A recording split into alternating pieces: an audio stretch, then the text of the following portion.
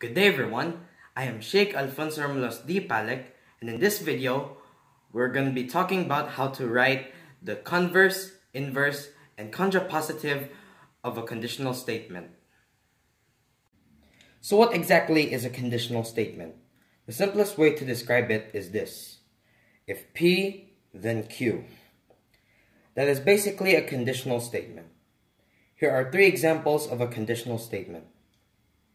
If I'm bored, then I will read. If I wear a jacket, then it is cold outside.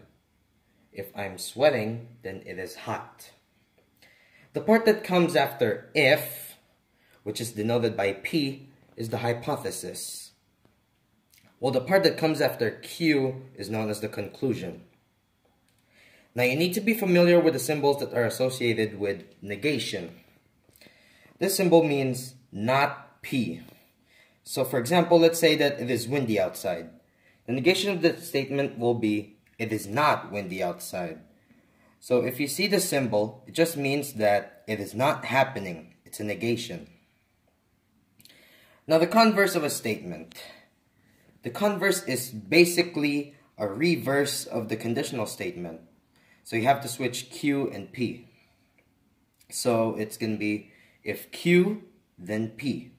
That's the converse. If the conditional statement and converse are true, what you have is going to be a biconditional statement, but the converse is not always true. Sometimes it is, sometimes it's not. The next term is the inverse. The inverse is simply the negation of a conditional statement. If not P, then not Q. So that's the inverse. The last one is the contrapositive. The contrapositive is basically the reverse negation of a conditional statement. If not Q, then not P. And finally, the biconditional statement. It occurs when a conditional statement and the converse have the same true value. So if the conditional statement and converse are true, then you have a biconditional statement. In a conditional statement, if P then Q, it can be symbolized by this expression. While in a biconditional statement, it can go both ways, like this. Both will be true, or both will be false. So how about let's try our examples. So these are our conditional statements. Let me tell you what the hypothesis and conclusions are again. The hypothesis are the stuff that comes after the if part. So the hypothesis of P are, if I'm not bored, or if I wear a jacket, or if I'm sweating. The conclusions, or Q, are, then I will read, then it is cold outside, or then it is hot. Now let's write them in converse, inverse, and contrapositive statements. Firstly, the converse. To write it, we need to recall that the converse is the reverse of the conditional statement. Like if Q, then P. So what we need to do is switch the second part of the sentence with the first part.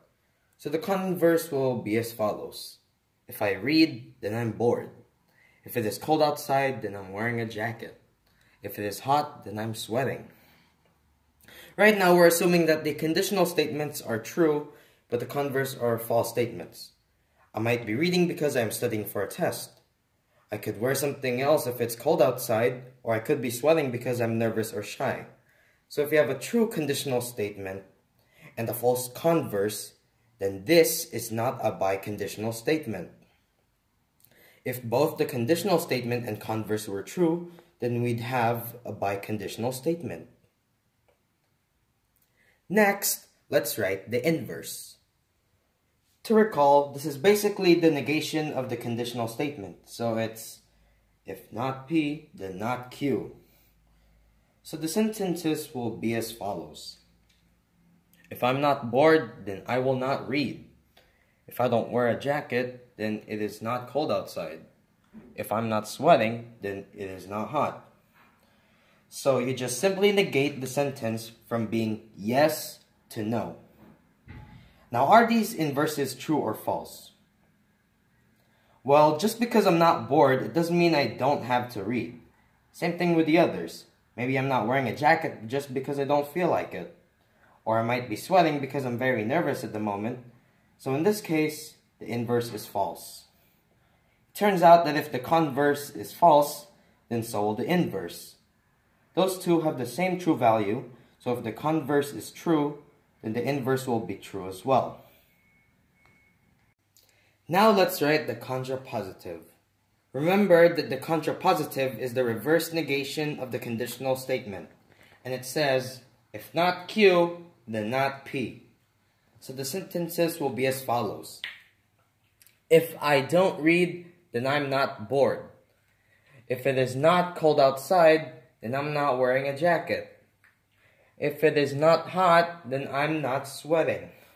Now, are these true statements? In my case, they would not be, because I might feel bored if I'm not reading. I might be wearing a jacket for a cosplay, or I might be sweating because of nervousness. Now, it turns out that if the conditional statement is false, then the contrapositive will be false. Same thing if they are true. The conditional statement and contrapositive will always have the same true value. And that is all. I hope you learned something new in this video. Thanks for watching.